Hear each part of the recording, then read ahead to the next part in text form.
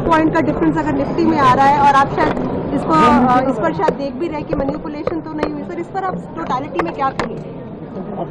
देखिए, जो कैश है वो एक बहुत बड़ा माइक्रो स्ट्रक्चर रिफॉर्म है और हम लोग एक्चुअली पीछे रहे हैं। बात बहुत सारे जो ऑल ग्लोबल हमारे काउंटर पार्ट्स हैं वो ऑलरेडी कर चुके हैं। जापान ने 2024 में किया था, हांगकांग ने किया है, यूएस में है, जर्मनी में है, यूरोप में है, ऑस्ट्रेलिया में है। तो ये एक बड़ा इम्पॉर्टेंट चीज़ है कि आप जो भी इंडेक्स करते हैं, पैसिव इन्वेस्टिंग करते हैं, एनएवी वैल्यूज म्यूचुअल फंड्स की है, उसके लिए एक प्राइस की ज़रूरत है। अब उससे पहले जो वीवैप सिस्टम था उसमें एक दिक्कत थी कि कभी भी छोटे किसी भी लास्ट टुवर्ड्स द क्लोज जिसे कहते हैं उसमें आने से मैनिपुलेशन की बहुत संभावना थी, बिकॉज वो जो प्राइस है वो वीवैप नहीं होता था। लेकिन यदि एक कोई छोटी सी भी हो लास्ट मिनट पे कोई एक पर्टिकुलर ट्रेड आता है वो उसको डिस्प्रपोर्शनेटली इम्पैक्ट करता था। और इसके आपने जो प्रॉब्लम्स हैं वो सब ये देखी हैं। हमारे कुछ ऑर्डर्स भी आए हैं जैसे मार्किंग द क्लोज, और उस सारी चीज़ों में भी इस तरह की मैनिपुलेटिव संभावनाएं रही हैं।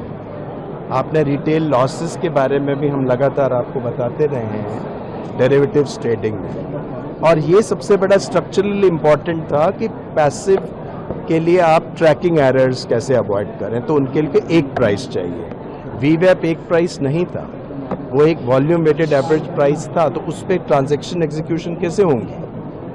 अब ये माइक्रो स्ट्रक्चर की बात रही। अब ये एक नई जब आई पद्धति, तो ऑब्वियसली कोई भी चीज़ नहीं आती है तो उसको समय लगता है लोगों को समझने में, और इंडिकेटिव प्राइसेस इसमें अभी भी हैं। ये मैंडेटेड है हमारे कि इंडिकेटिव प्राइसेस आए, तो ये नहीं है कि ये कोई ब्लाइंड है कि ब्लैक बॉक्स है और उसमें कोई प्राइस आपको पता ही नहीं क्या हो रहा है 15 मिनट में, ऐसा नहीं है।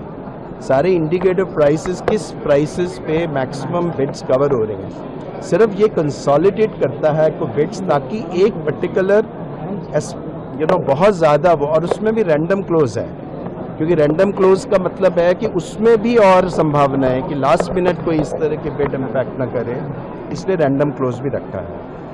अब पार्टिसिपेशन बनाने की ज़रूरत है, अधिक से अधिक लोग उसको समझें। ब्रोकर्स में बहुत सारे ब्रोकर्स ने इंडिकेटिव प्राइसेस, जैसे आई थिंक मुझे लग रहा है ज़ीरोधा है और या अपस्टॉक्स है, इन्होंने ऑलरेडी अपने वेब में किए हैं, ऐप्स में भी वो करेंगे। दूसरे भी जो और इम्पोर्टेंट QSBs हैं जैसे ICICI सिक्योरिटीज़ है या ग्रो है या एंजल वन है, ये जो सब बड़े और सिक्योरिटीज़ हैं, ये भी 14 तारीख तक ये अपने इंडिकेटिव प्राइसेस को शो करना शुरू करेंगे और ऐप्स में भी उसको लाएंगे। सो बेसिकली इशू ये है कि पार्टिसिपेशन कैश में बढ़े। कैश एक ट्रांसपेरेंट मार्केट है, उसकी प्राइसिंग हमेशा दिखती है, उसके अंदर क्या क्या हो रहा है दिखती है, और फाइनली वो एक प्राइस करता है। तो सेबी सब विभिन्न लोगों से बात भी कर रही है और हम लोग सब लोगों के इनपुट भी समझ रहे हैं और देख रहे हैं, सोशल मीडिया में भी आ रहे हैं।